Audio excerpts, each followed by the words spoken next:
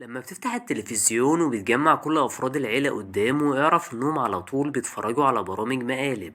في الحقيقة على مدار 40 سنة برامج المقالب بدأت تتطور، مش بس في الأفكار ده كمان في طريقة التنفيذ. أول واحد قدم برامج مقالب كان فؤاد المهندس لما عمل برنامج اسمه الكاميرا الخفية، وكان معاه الفنان إسماعيل يسري اللي بيعمل المقالب. بعدها برامج المقالب دخلت مرحلة جديدة مع إبراهيم نصر اللي قرر يجدد في طريقة المقالب، وده فعلا اللي نجح فيه لما قدم لينا الشخصية الغريبة اللي اسمها زكية زكريا. وفي نفس الفترة اللي كان إبراهيم نصر بيقدم فيها برنامج الكاميرا الخفية ظهر برنامج مقالب تاني اسمه اديني عقلك. التلات برامج دول اللي أنا ذكرتهم كلهم بيشتركوا في حاجة واحدة، إن الناس اللي بيتعمل عليهم المقالب مش مشاهير، دي ناس عادية.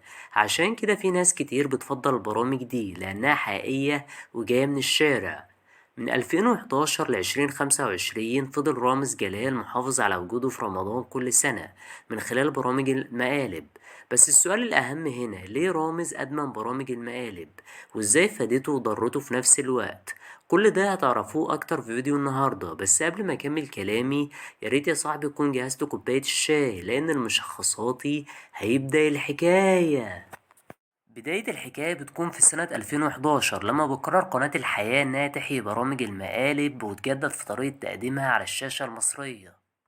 وده حصل من خلال رامز جلال، إن الممثل الكوميدي اللي ربنا وهبه خفة الظل والحضور الجماهيري عند الناس.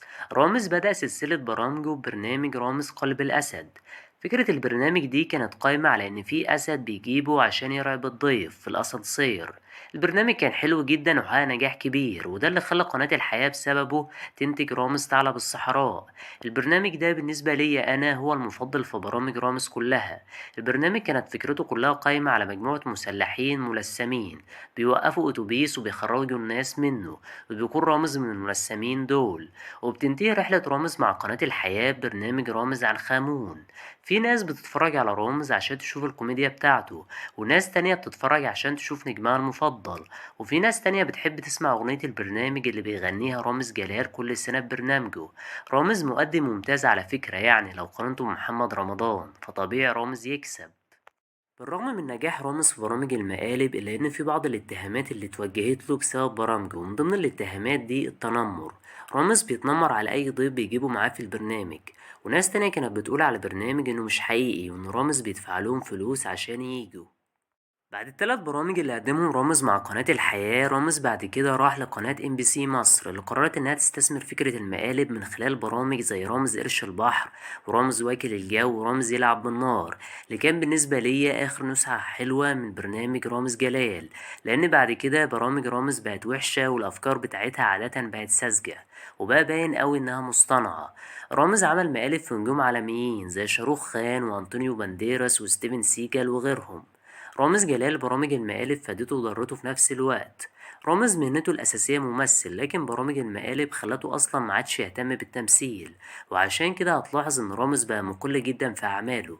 يعني ممكن يعمل لك فيلم كل 3 سنين مثلا، وياريته بيكون فيلم حلو في الآخر. آخر فيلم عمله رامز كان فيلم أخي فوق الشجرة، وكان فيلم للنسيان حرفيا. برامج المقالب برضو فادت رامز وكبرت من شعبيته عند فئات كتير وأولهم الأطفال، طبعا اللي بيحبوا يتفرجوا على برنامجه.